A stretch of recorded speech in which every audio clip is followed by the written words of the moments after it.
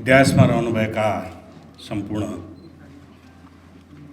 Party नेता कमरेडहरू, उपस्थित सम्पूर्ण मित्रहरू, कमरेडहरू, पत्रकार साथीहरू, सबैलाई देशभक्तिपूर्ण अभिवादन। अब यहाँ 20 मिनट 15 देखि 20 मिनट भनियो, विषयवस्तु गहन छ। त्यो 20 मिनटले यसको छिनोफानो हुन सक्ने होइन।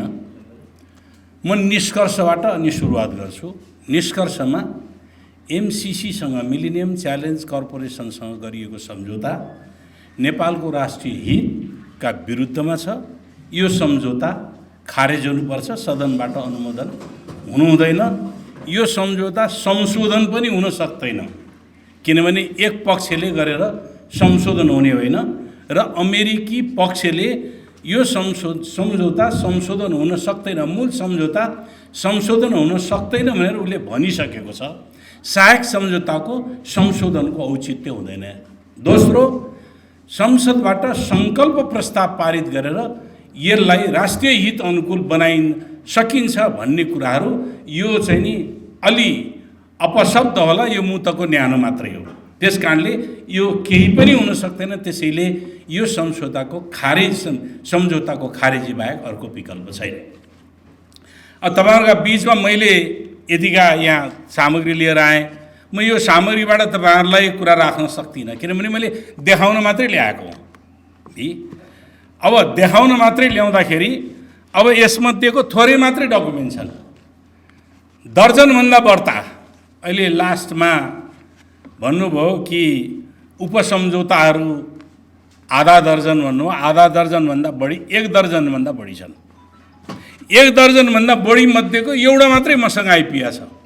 यो औपचारिक रूपले आएको पनि होइन। यो इम्प्लिमेन्टेसन एग्रिमेन्ट, क्रियान्वयन गर्ने सम्झौता औपचारिक रूपले आएको होइन। औपचारिक रूपले आएको एउटा मात्रै सम्झौता हो, यो सम्झौता हो, जो मूल सम्झौता औपचारिक रूपले पार्लियामेन्टमा प्रस्तुत भएको सम्झौता हो। अरू कुनै पनि सम्झौताहरू जानकारी छैनन्।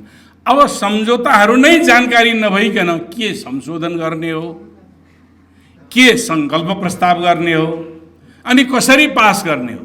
त्यसैले यो कुनै पनि शर्तमा पास गर्नु हुँदैन मात्रै होइन, यो देशको निम्ति ठुलो घातक सम्झौता हुन्छ। त्यसैले यसलाई स्वीकार गर्न कुनै पनि हालतमा सकिँदैन भन्ने निष्कर्षका साथ म यहाँहरूसँग अरू धेरै व्याख्या विश्लेषण गर्न आएको छैन। मैले यसलाई केही आयामहरू, यो सम्झौताका केही आयामहरू बाँडेको छु।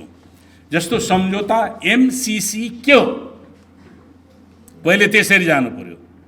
एमसीसी सम्झौता अमेरिकाको ट्विन टावरको घटना पछाडि, सेप्टेम्बर 11, 2001 को ट्विन टावरको घटना पछाडि अमेरिकाले विश्वका मुलुकहरूमा सहायता दिने नीति रणनीतिलाई परिवर्तन गर्यो। त्योभन्दा अगाडि आफ्ना पोलिटिकल एली बनाउने थियो र क्रिस्चियनाइजेसन त्यो गर्ने कुराहरू थियो। त्यस पछाडि उसले आफ्नो नीति परिवर्तन गरेर राष्ट्रिय सुरक्षा रणनीतिलाई मध्यनजर गरेर उसले सहायता दिने नीति बनायो। त्यस सम्बन्धी पहिलो यो कन्सेप्टको विकास मेक्सिकोमा गएको अन्तर्राष्ट्रिय स्तरका ब्याङ्कर्सहरूको बैठकमा जर्ज डब्ल्यू बुश जुनियरले त्यो अवधारणा, एमसीसीको अवधारणा व्यक्त गरेका थिए। त्यो पनि कसरी भन्दा, संयुक्त राष्ट्रसङ्घले विकसित मुलुकहरूले आफ्नो आम्दानीको 0.7% डेभलपिङ कन्ट्रीहरू, विकसित मुलुकहरूलाई दिनुपर्छ, सहायता दिनुपर्छ भनेर निर्देशन दिएकोमा त्यति बेला जर्ज डब्ल्यू बुशले 0.3% अमेरिकाले सहायताको निम्ति कबुल गर्दछ, तर त्यसका निम्ति पुरा गर्नुपर्ने शर्तहरू भनेर उनीहरूले एउटा थ्रेसहोल्ड बनाएका थिए। त्यो थ्रेसहोल्ड पार गरेपछि मात्रै राष्ट्रिय सुरक्षा रणनीतिमा आधारित भएर थ्रेसहोल्ड निर्माण गरेको थियो। किन एमसीसी आवश्यक पर्यो त भन्दाखेरि युएसएड जस्ता संस्थाहरू थिए, तर युएसएड जस्ता संस्थाहरूले अमेरिकाको सुरक्षा रणनीतिलाई पुरा गर्न नसकेको स्थितिमा रक्षा मन्त्रालयको कमान्डमा राख्ने गरिकन एमसिसी मिलेनियम च्यालेन्ज कर्पोरेसन भनेर संस्था निर्माण भयो। त्यो अमेरिकी सरकारकै आफ्नै लगानीमा निर्माण भएको संस्था हो, जसको कानुन 2003मा 3 डिसेम्बरमा कानुन भयो, 2004मा यो अपरेट भयो र पहिलो सहायता उनले यही एमसिसी मार्फत सहायता मेडागास्कर र हन्डुरासलाई दिएको थियो। मेडागास्करलाई $110 मिलियन को एग्रिकल्चर डेभलपमेन्टमा दिएको थियो। 13 लाख हेक्टर जमिन कोरियन कम्पनीलाई दियो भने 8 लाख हेक्टर जमिन भारतीय कम्पनीलाई दिएको छ र त्यो मेडागास्करमा त्यो प्रोजेक्ट फेलियर भयो। अहिले मेडागास्कर जनताको कुनै पनि आर्थिक रूपान्तरण भएन। मैले यति मात्रै प्रारम्भमा। अब यो जन्मको बारेमा मैले अघि भनिहालेँ, यसको जन्म, यसको आयाम मैले चाहिँ मात्रै गरिरहेको छु। दोस्रो, नेपाल सरकार र एमसिसी बीचको भएको सम्झौता, यी सम्झौताको त्यसको आयाम के छ त भन्दाखेरि यसका 3 प्रकारका सम्झौताहरू छन्। एउटा मूल सम्झौता अहिले मैले देखाएँ। दोस्रो, इम्प्लिमेन्टेसन एग्रिमेन्टका नाममा भएका सम्झौताहरू छन्। यसको हैसियत पनि मूल सम्झौताकै बराबर हैसियत हुन्छ। अर्को करस्पन्डेन्ट। दोस्रो, अनुदान पाउने राष्ट्रहरूले अमेरिकासँगको गठबन्धन आदेश, नाटो तथा अन्य त्यस्तो त्यो चाहिँ संरचना छ, त्यसको विरुद्धमा जानु हुँदैन। अमेरिकाका निम्ति अर्को आधार छ, अमेरिकाका निम्ति युद्ध सामग्री वसार पश्चात 4वटा क्राइटेरिया मध्ये त्यसभित्र छन्। अमेरिका निम्ति युद्ध सामग्रीहरू वसार पसार गर्नका निम्ति सहज हुने मुलुकहरूलाई अमेरिकाले एमसिसी अन्तर्गतको अनुदान दिएको छ। एक। दोस्रो, अर्को चाहिँ नि द्वन्द्वोत्तर मुलुकहरू, के अरे एउटा चाहिँ नि नाटो लगायतका मुलुकहरू, दोस्रो युद्ध सामग्री ओसार पसार गर्न वा चाहिँ नि आफ्नो व्यापारिक सामान ओसार पसार गर्न हवाई मार्ग, जलमार्ग र चाहिँ नि थलमार्ग प्रयोग गर्नका निम्ति स्ट्रेटेजिक कन्ट्रीहरू भन्न भनिन्छ, सामरिक महत्त्वका देशहरू भन्न भनिन्छ, तिनीहरूलाई अनुदान दिने गर्छ। तेस्रोमा द्वन्द्वोत्तर राष्ट्रहरू, द्वन्द्व भएर शान्ति प्रक्रियामा आएका भनिएका राष्ट्रहरू। चौथोमा अल्पविकसित र अविकसित राष्ट्रहरू। यो मध्ये नेपाल 3वटा क्राइटेरियामा पर्छ। 3टा के गर्छ? Strategic country. नेपाल चीन र भारतको बीचमा सामरिक महत्त्वको केन्द्रको रूपमा भएको छ।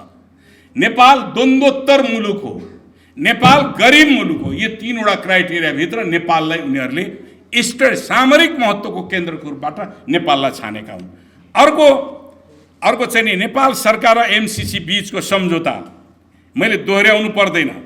सम्झौताका कहिले भयो, हस्ताक्षरकर्ता कहिले भए, अनि अर्को एउटा मैले भन्नै पर्छ, यो सम्झौताको मर्यादाक्रम, प्रोटोकल हाम्रो तर्फबाट मन्त्री, अमेरिकाको तर्फबाट एनजिओको रूपमा प्रस्तुत भएको, अमेरिकी सरकारको नियन्त्रणभित्र रहेको प्रस्तुति एनजिओको रूपमा भएको एमसिसीसँग उसको उपसचिव स्तरको कर्मचारीले सही गरेको छ, जोनाथन जी नास भन्नेले। त्यस कारणले यो प्रोटोकल पनि हो। अनि सम्झौतामा $45 करोड पहिले, $5 करोड पछाडि भनेर $50 करोड हो। त्यसको निम्ति हाम्रो म्याचिङ फन्ड $13 करोड नेपालले त्यसमा राख्नुपर्ने। अहिले यहाँ नेपालको एमसिसीको कार्यक्रम चलिरहेको भन्ने छ नि, अमेरिकाबाट एक चुन दाम पैसा आएको छैन। नेपालको 11 अरब रुपियाँ सकियो। 11 अरब रुपियाँ अहिले इन्फ्रास्ट्रक्चर अनि त्यसपछि मुआवजा आदि इत्यादि दिने दौरानमा 11 अरब रुपियाँ खर्च भइसकेको छ। अब त्यसपछि म्याचिङ फन्ड भयो।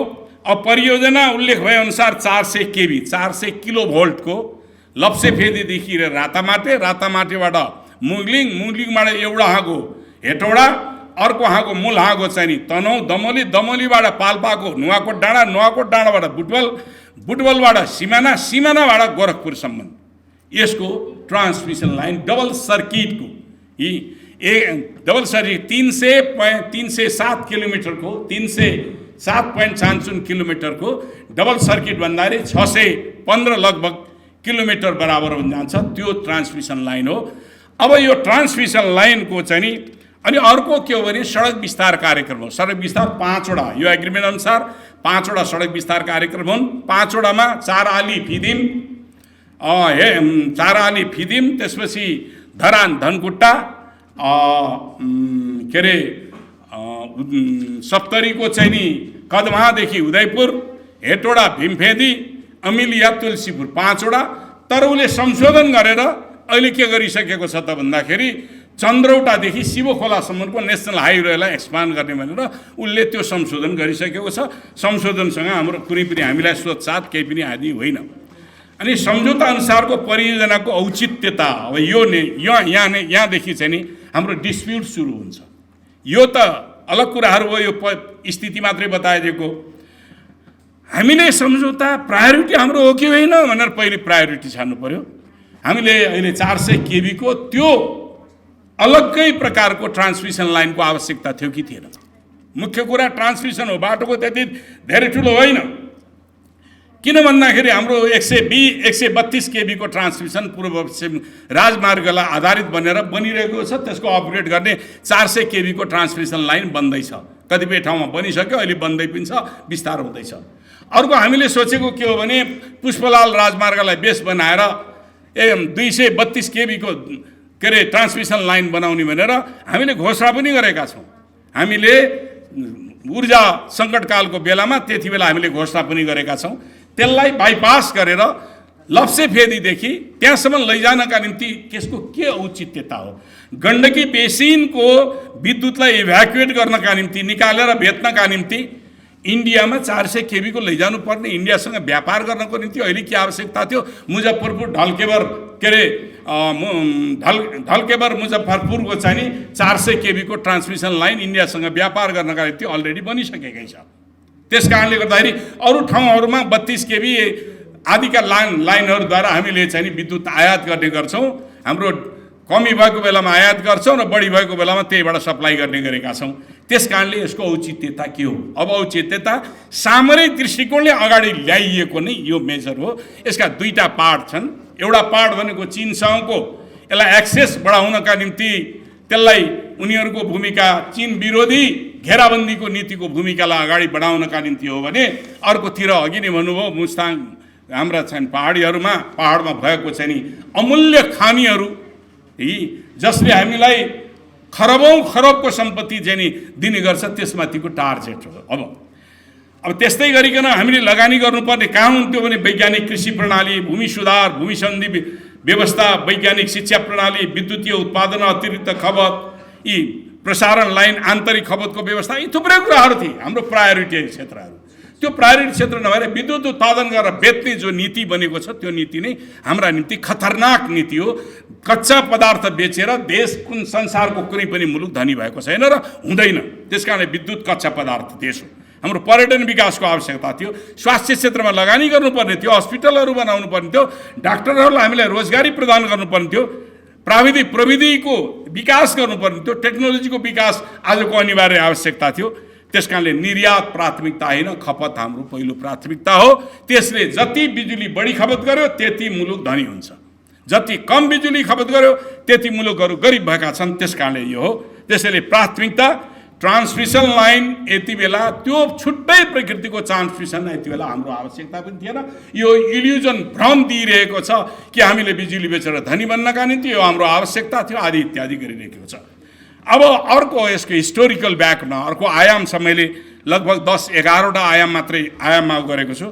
भूमण्डलीय द्वन्द्वको स्थिति, अमेरिका चीन बीचको द्वन्द्व, चीन र भारत बीचको द्वन्द्व, यो बीचमा हामी स्ट्रेटेजिक पोइन्टमा छौँ, सामरिक महत्त्वको केन्द्रमा। त्यो मात्रै होइन, एसियाको पोलिटिक्स, दक्षिण पूर्वी एसियाको राजनीतिको केन्द्र नेपाल बन्दैछ। अबको युगमा आर्थिक र सैन्य शक्तिको प्रतिस्पर्धाको केन्द्र एसिया बन्दैछ। त्यसकारणले यहाँ कन्सन्ट्रेट गर्न खोजिएको छ नेपाललाई सामरिक महत्त्वको। यो किन भन्दाखेरि एन्टी चाइना इन्सर्कलमेन्ट, हामी चिनको लागि लडिदिनु पर्ने होइन, हामी हाम्रै निम्ति लड्नुपर्ने हो। हाम्रो सुरक्षा हामीले गर्ने पर्ने हो। एन्टी चाइना इन्सर्कलमेन्ट पोलिसी भनेको आजको होइन, अमेरिकाको। तपाईँहरूलाई एउटा उपस्थितिको बारेमा बताइदिन्छु। चिनको वरिपरि भएका मुलुकहरूमध्ये कुनैबाट एक्सेस पाएन। अफगानिस्तानबाट उइगुर क्षेत्रमा प्रवेश गरेर त्यहाँ द्वन्द्व नीति आएर तिब्बतलाई ब्रेक गर्न खोजिएको त्यो सम्भव भएन। पाकिस्तान अमेरिकाबाट अलग भएर चीनसँगको एलायन्समा छ। भारतले अमेरिकन फौजहरू भारतभित्र राख्न दिने, भारतको पनि आफ्नै इगो छ, त्यसले दिँदैन। योभन्दा जानुहोस् के अरे बर्मामा त्यहाँको सरकारसँग अहिले जुन्ता सेना र त्यहाँको राज्य चीनसँगको नजिक छ। त्यहाँ चाहिँ नि आङ सान सुकी अमेरिकी पश्चिमाहरूले उचालिरहेका हुन्। त्यहाँ पनि सम्भव भएन। थाइल्यान्डमा जानु रेड टी सर्ट मुभमेन्ट चलाइएको थियो। थाइल्यान्डको राजा र त्यहाँको सेना उनीहरूले जोइन्ट मिलिट्री अपरेसन गरेका छन् चिनियाहरूसँग, त्यस कारणले त्यो सम्भव भएन। त्यहाँबाट प्रवेश पनि सम्भव भएन। लाओसमा जस्तो लगानी चीनले जस्तो लगानी अरूले गरेका छैनन्। सुनखानीहरूमा चिनियाहरूका लगानीहरू छन्, त्यहाँ पनि सम्भव भएन। भियतनाम वारको बेलामा स्वयं अमेरिकी के अरे माओका छोराले त्यहाँ बलिदान गरेका थिए। त्यस कारणले भियतनामले अमेरिकाहरूलाई एक्सेस दिएर चीन विरोधी गतिविधि गर्ने स्थिति थिएन।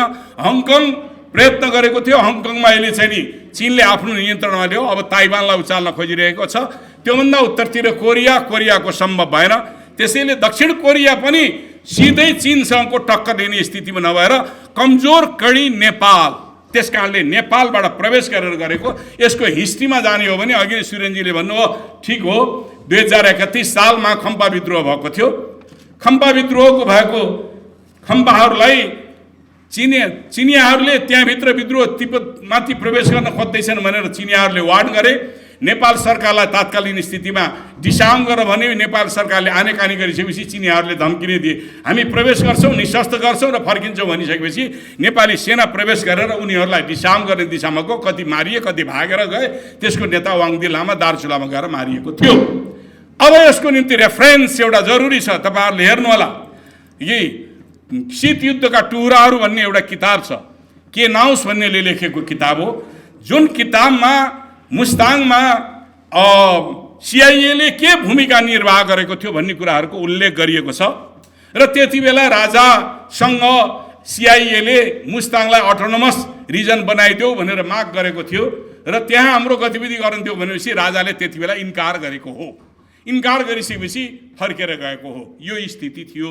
त्यस कारणले हिजैदेखि त्यो कडीलाई प्रयोग गरेर चीन विरोधी गतिविधि गर्ने अखडा बनाउन खोजिरहेको अमेरिकाहरूको एउटा चाहिँ नि सामरिक, त्यति बेला मुस्ताङमा त्यति बेला कब्जा गरेका हतियार जो टुडी खेलमा प्रदर्शन गरिएको थियो इटालियन र अमेरिकन हतियारहरू थिए। कसरी पुग्यो त भन्दाखेरि त्यति बेला हाम्रो सीता पाइलामा एउटा सानो एयरपोर्ट थियो पहिले, जहाँबाट सानो हेलिकप्टरहरू बस्ने आदि इत्यादि गर्थ्यो। त्यहाँबाट एयरलिफ्ट गरेर पुर्याएको देखिन्छ। त्यस कारणले अरू सामरिक दृष्टिकोणले त तपाईँ चीनको राष्ट्रपति आउने बेलामा सम्पूर्ण गुम्बाहरूमा सेना लगेर त्यहाँबाट कसैलाई निक्लन नदिएको कारण के थियो होला, यो कुरा पनि हेरौँ न। त्यस कारणले यो पृष्ठभूमिमा हामीले उसको पक्षमा उसको हितको नै हाम्रो राष्ट्रिय स्वतन्त्रता र सार्वभौमिकता जगेर्ना गर्नका निम्ति हामीलाई प्रयोग गरिन्छ। र नेपाल एउटा कमजोर कडी, अहिले मैले 3वटा फ्याक्टरमा हामी द्वन्द्वोत्तर पनि हौँ, हामी चाहिँ नि गरिब पनि हौँ, हामी सामरिक महत्त्वको केन्द्रको ठाउँमा परिरहेका मुलुक पनि भएको हुनाले त्यो महत्त्वलाई ध्यानमा दिएर अमेरिकाले यहाँ गर्न खोजेको छ। अब त्यस पछाडि हिस्ट्री हेर्नुभयो भने त एसिया पेसिफिकदेखि लिएर आसियानसम्म, त्यसपछि चीन र रुसको द्वन्द्व, सैद्धान्तिक द्वन्द्व, त्यसपछि रुसको विघटन, चीनको खुल्ला नीति, 2000मा आइसकेपछि चीन सबभन्दा संसारको विकसित राष्ट्र बन्ने आकांक्षा, शक्तिशाली राष्ट्र बन्ने आकांक्षा, यी सबै कुराले अमेरिका एउटा त्रसित भइरहेको छ। अमेरिकाको डिक्लाइनिङ पावरका कारणले गर्दाखेरि चीनलाई कसरी विखण्डन गर्न सकिन्छ, रुस विखण्डन भयो, चीनलाई कसरी विखण्डन गर्न सकिन्छ भन्ने स्ट्राटेजी अन्तर्गत नेपाललाई प्रयोग गर्न खोजेको छ। त्यसले नेपालको सार्वभौमिकतालाई खतम गरिदिन सक्छ। यो कुराहरू हो। त्यसपछि एमसिसी र आइपिएस सम्बन्ध, इन्डो पेसिफिक स्ट्राटेजीका बारेमा मैले धेरै व्याख्या गरिनु पर्दैन। मैले भने अघि नै भने इन्डो पेसिफिक स्ट्राटेजी र एमसिसी, मैले योभन्दा धेरै पहिले भनेको यो नयाँ न्यू इस्ट इन्डिया कम्पनी भनेर जो अहिले सन्तोषीले भन्नुभयो, त्यो धेरै पहिले नै न्यू इस्ट इन्डिया कम्पनीको रूपमा प्रवेश गरिरहेको छ। यसबाट हामी मुक्त हुन सक्दैनौँ। त्यो यदि हामी मुक्त भएनौँ भने हामी उपनिवेशको रूपमा रहनुपर्ने स्थिति आउँछ। अर्को अमेरिकी अधिकारीहरूका भनाइ के हो त, यसको रिलेसन के हो भन्ने कुराहरू मैले दोहोऱ्याउनु पर्दैन।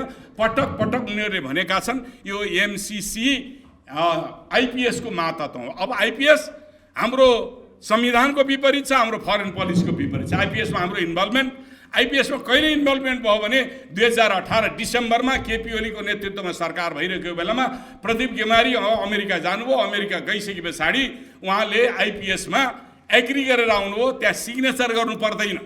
त्यो एग्रिमेन्टमा एलायन्समा सामेल हुनुको निम्ति सिग्नेचर गर्नु पर्दैन। त्यहाँ त्यसको निम्ति एक्सेप्टेन्स हामीले स्वीकार गऱ्यौँ, हामी त्यसमा सामेल हुन्छौँ भनिदिएपछि पुग्दछ। सरकारले त्यति बेला आएर परराष्ट्र मन्त्रीले सिग्नेचर गरेको हो, हामीले सहमति जनाएको भन्दाखेरि होइन भनेर ढाँट्नुभयो र सन् 2019 जुन 1 मा प्रकाशित प्रतिवेदन, इन्डो पेसिफिक स्ट्रेटेजीको यो प्रतिवेदन जो पेन्टागनले निकालेको प्रतिवेदन, त्यसमा नेपाल लगायतका एसियाका 12 नेपाल बाहेक एसियाका 12 कन्ट्रीहरू चाहिँ नि सामेल भएका छन्। Recently Nepal and Sri Lanka added भनेर उनले रिपोर्ट दिइसके पछाडि त्यहाँबाट बोली बन्द भएको हो। त्यस कारणले आइपिएसमा इन्भल्भमेन्ट हाम्रो सुरक्षा रणनीति, आफ्नै सुरक्षा रणनीति र हाम्रो परराष्ट्र नीति पञ्चशीलका सिद्धान्तको विपरीत छ। त्यस कारणले यो संविधान कानुन हाम्रो सबै कुराहरूको विपरीत छ। यो एउटा यसको रिलेसनको कुराहरू हो। यो चाहिँ नि ग्लोबल स्ट्रेटेजी अन्तर्गत 4वटा कन्ट्रीहरू मिलेर सुरुवात गरेका हुन्। अहिले लगभग आइपिएस अन्तर्गत लगभग 59 देशहरू इन्भल्भ गर्न थालिरहेको छ। यो स्थितिमा त्यसले त्यो अर्को के हो त भने 2017 मा इन्डो पेसिफिक स्ट्रेटेजी भनेको 2017 मा आएको हो। यसको कन्सेप्ट भारतीय भूतपूर्व सेना जलसेनाका क्याप्टेन गुरप्रीत खुराना भन्नेले यसको कन्सेप्ट 2008 मा निकालेका थिए। 2017 मा अमेरिकाले यसलाई ओन गर्यो र आफ्नो फरेन पोलिसी, आफ्नो सेक्युरिटी पोलिसीको निम्ति यसले यो निर्माण गरेर लगिरहेको छ। त्यसका भारत, अमेरिका, अस्ट्रेलिया र जापान 3-4वटा मिलेर आइपिएस इन्डो पेसिफिक स्ट्रेटेजी निर्माण गरेका थिए। त्यो निर्माण गरिसकेपछि उनीहरूले यो भित्र अब ग्लोबल पोलिटिक्समा उनीहरू आफ्नो सैन्य शक्ति, मुख्य रूपले सैन्य गठबन्धन, दोस्रो आर्थिक, तेस्रो व्यापार, चौथो चाहिँ नि सूचना आदान प्रदान गर्ने, यी 4वटा उद्देश्यका निम्ति आइपिएसको प्रयोग भएको छ। त्यस कारणले त्यसमा हाम्रो मुलुकलाई प्रयोग गर्नु भनेको हाम्रो छिमेकीहरूसँगको सम्बन्धलाई दूर बनाउन, हाम्रो सुरक्षाको चासो इन्डियाले राख्न सक्छ, हामीसँग चीनले राख्न सक्छ, तर 8000 माइल टाढा भएको अमेरिकाको सुरक्षाका बारेमा हामीले कुनै पनि चिन्ता गर्नुपर्ने जरुरी पनि छैन। हामीसँग सरोकारको विषयवस्तु पनि होइन। यो कुराहरूलाई ध्यान दिउँ अवश्य। त्यसै गरिकन सम्झौताले नेपालको कानुन र संविधानको राष्ट्रिय स्वाधीनता र सार्वभौमिकतामाथि चुनौतीका कुराहरू, त्यसका सम्झौताका दफाहरू छन्। यो मैले दफाहरू बारेमा मैले व्याख्या गरिनँ। थुप्रै दफाहरू छन् जसले सबैभन्दा डेन्जरस दफा, यी थुप्रै दफाहरूमध्ये पनि 2-3टा दफालाई हामीले एकछिन सबभन्दा डेन्जरको रूपमा, एउटा दफा यो अन्तर्राष्ट्रिय कानुनको मातहतमा ल्याइयो सम्झौता। अन्तर्राष्ट्रिय कानुनको मातहत हुनै हुन्न सम्झौता। यो अमेरिकाले दान दिने, नेपालले लिने, त्यसलाई त जेनरली अनुदान करार भइदिएको भए पुगिहाल्थ्यो। कुनै अन्तर्राष्ट्रिय कानुनको किन ल्याइयो त भन्दाखेरि यसलाई नेपालले दीर्घकालसम्म पालन गराउनका निम्ति, कानुनको हैसियत प्रदान गर्नका निम्ति यो अन्तर्राष्ट्रिय कानुन अन्तर्गत यो ल्याइएको छ। यो डेन्जरस, यसले हामीलाई सबैतिर बाँधिदिएको छ, सबै कुरातिर बाँधिदिएको छ। दोस्रो, यही अन्तर्गत दफा 7.1 छ। दफा 7.1 मा यसै अनुसारको सबै अर्को पनि छ। दफा 7.1 ले के भन्छ? यससँग बाजेको हदसम्म नेपालका कानुनहरू सबै अमान्य छ। बाजेको हदसम्म अमान्य। हाम्रो कानुन 4वटा छन्, संविधान, ऐन, सरकारले बनाउने नियमावली, सर्वोच्च अदालतको आदेश, यी 4वटा चिज कानुनहरू छन्। यो 4वटै कानुनभन्दा यो एग्रिमेन्ट माथि छ। त्यस कारणले हाम्रो सार्वभौमतामाथि चुनौती खडा गरिसकेको छ। त्यसैले यो कुरा कसरी हामी स्वीकार गर्न सक्छौँ? अर्को तेस्रो प्रश्न हो एक्विजिसन, ल्यान्ड एक्विजिसन। भूमि अधिग्रहण गरिसकेपछि त्यो भूमिमाथि अमेरिकन स्वामित्व रहन्छ र सेक्युरिटी पनि उसले, र त्यो अनन्तकालसम्म रहन्छ। जो अघि दफा पढेर सुनाउनु त्यही नै हो। यो 5 वर्षको लागि भनेको छ, 5 वर्षको लागि होइन, 5 वर्ष प्लस 120 दिन पनि छ। त्यो अतिरिक्त केही दफाहरू प्रोजेक्ट रहेसम्म ती दफाहरू कायम रहन्छन्। त्यसको भन्नुको मतलब त्यसमा एमसिसीको नियन्त्रण भइरहन्छ। हाम्रो देशमा अमेरिकी कानुन हुन्छ, अमेरिकी कानुन लागू हुन्छ। त्योभित्र काम गर्नेले, कानुन नलाग्ने, यी कुराहरू त धेरै, यी चाहिँ नि तफसिलका कुरा भने पनि हुन जान्छ। अर्को पनि महत्त्वपूर्ण छ। हाम्रो मुलुकले अरू मुलुकसँग गर्यो सम्झौता भने, यदि एमसिसीसँग गरेको सम्झौताको कुनै पनि पार्ट बाजियो भने अरूसँग मुलुकको चाहिँ नि गरेको सम्झौता खारेज हुन्छ। ल हेर्नुहोस्, हाम्रो आफ्नो इन्डिपेन्डेन्सी रह्यो कि रहेन? हामीले चीनसँग गर्ने कि नगर्ने, BRI गर्ने कि नगर्ने, BRI प्रोजेक्ट चलाउने नजाने, इन्डियासँग अथवा कोरियासँग अथवा कुनै पनि मुलुकसँग हामीले थर्ड कन्डिसन गर्न पाउने कि नपाउने यसले रोकिदिएको छ। त्यसैले हाम्रो सोभरेन्टीको एगेन्स्टमा भएको कारणले गर्दाखेरि यो सम्झौता हाम्रो निम्ति कुनै पनि शर्तमा हुँदैन। कमरेडहरू, मित्रहरू, हाम्रो पार्टी तात्कालीन नेपाल कम्युनिस्ट पार्टी नेकपा भएको बेलामा 2076 साल भदौ 26 गतेको त्यो निर्णय त्यहाँ संशोधन गरेर राष्ट्रिय हित अनुकूल बनाउने भनिएको थियो। मैले त्यसमा नोट अफ डिसिसन लेखेँ। यो कुराहरू मेरो निम्ति मान्य छैन, किनभने संशोधन हुँदैन र ओरिजिन नै बेठिक भएको कारणले यसको संशोधनको औचित्यता नै छैन भनेर यो खारेज हुनुपर्छ भनेर मेरो नोट अफ डिसिसन रहेको थियो। म त्यसमा फर्म आफ्नो विचारमा छु र म दृढतापूर्वक भनिरहन्छु। आज एउटा सुखद कुरा त्यति सुन्यो, हिजोको कार्यदलले यो अधिवेशन अथवा यो अहिलेको टेन्युरभित्र यो MCC सम्बन्धी जो दर्ता भएको छ संसद सचिवालयमा राखिएको छ त्यो नल्याउने भन्ने कुरा कार्यदलले निर्णय गर्यो रे भन्ने कुराहरू त्यति मात्रै पनि पन्छाउन सकियो भने होला, डिप्लोमेटिकली पन्छाउँदै लगाएर फालिदियो भने पनि त्यो पनि ठिकै छ।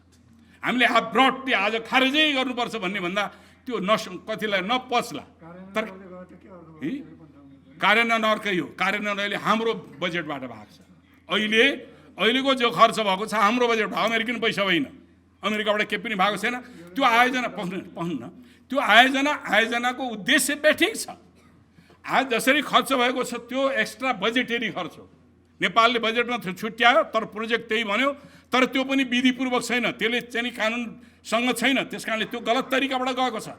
तर यो एग्रिमेन्ट ब्रिज भएर अमेरिकनहरू यहाँ आएनन् भने त हामीले खोजा त्यही हो नि त। मूल कुरा त्यही हो, हाम्रो राष्ट्रिय सार्वभौमिकताको जगेर्न खोजेको। हामीले प्रोजेक्ट त हामीले चलाउन सक्छौँ नि, कुनै पनि प्रोजेक्ट चलाउन सक्छौँ, तर अहिले हामीलाई त्यो प्राथमिकता होइन भनेको। त्यो किन उद्देश्य, के उद्देश्य छ, रणनीतिक उद्देश्यहरू धेरै छन्। ती कुराहरूको बारेमा अहिले हामी डिटेलमा सक्दैनौँ। त्यसैले कमरेडहरू, यो आयोजनाको सम्बन्धमा अथवा यो परियोजनाको सम्बन्धमा, यो सम्झौताको सम्बन्धमा हामीले जसरी यसका बारेमा हाम्रा आफ्ना धारणाहरू अगाडि राखेका छौँ, यसलाई हामीले जति सके यसलाई पपुलराइज गर्न सक्यो, जनताको बिचमा पुर्याउन सक्यो, त्यति हुन्छ। उनीहरूले यो $50 करोड सिजिपिङ, त्यस पछाडि सिजिपिङ यहीँ आउँदाखेरि $65 अरब रुपियाँ त उनले अनुदान दिने भनेर घोषणा गरेका थिए। सोल्टीमा भएको उसमा चाहिँ रात्रि भोजमा उनले घोषणा गरेका थिए 65 अरब रुपियाँ नेपालले आफ्नो प्रोजेक्टको निम्ति गरोस्, के छान्ने हो प्रोजेक्ट गरोस्, तर यसको दुरुपयोग हुन काम गरेर देखाऊ भनेका थिए उनले। कुरा धेरै होइन, काम धेरै गरेर देखाऊ भनेर उनले भनेका थिए। त्यस कारणले कुरा होइन, काम गरेर देखाऊ। त्यस कारणले राष्ट्रिय स्वतन्त्रता र स्वाधीनताको कुरो जनताको तहमा बुझाउनु पर्ने जरुरी छ। सरल भाषामा MCC किन बेठिक भन्ने कुरा बुझाउने। अरूले के भन्छ नि विकास विरोधी भनेर प्रचार गरिरहेका छन् यिनीहरूले। विकास विरोधी होइन, हामीले हाम्रो विकास गर्नका निम्ति करप्सन कन्ट्रोल गर। 62 अरब रुपियाँ उसको चाहिँ नि कर असुल्नै बाँकी छ, एनसिएलको। यसको $50 करोड जसको अहिलेको भाउमा चाहिँ नि गरियो भने 68 अरब रुपियाँ हुन्छ। 62 अरब चाहिँ एनसिएलकै छ, करै असुल्न थुप्रै बाँकी छ। 50 करोड होइन, 50 अरब यदि हामी करप्सन कन्ट्रोल गर्ने दिशामा गयौँ र मुलुकलाई ठिक सुशासन दिने दिशामा जान सक्ने त्यो कमिटमेन्ट गर्ने भने $50 अरब हामीले यहीँ उत्पादन गर्न सक्छौँ, अरूको दास बन्नुपर्ने स्थिति हुन सक्दैन। हस्, धन्यवाद। मैले एउटा मात्रै भन्न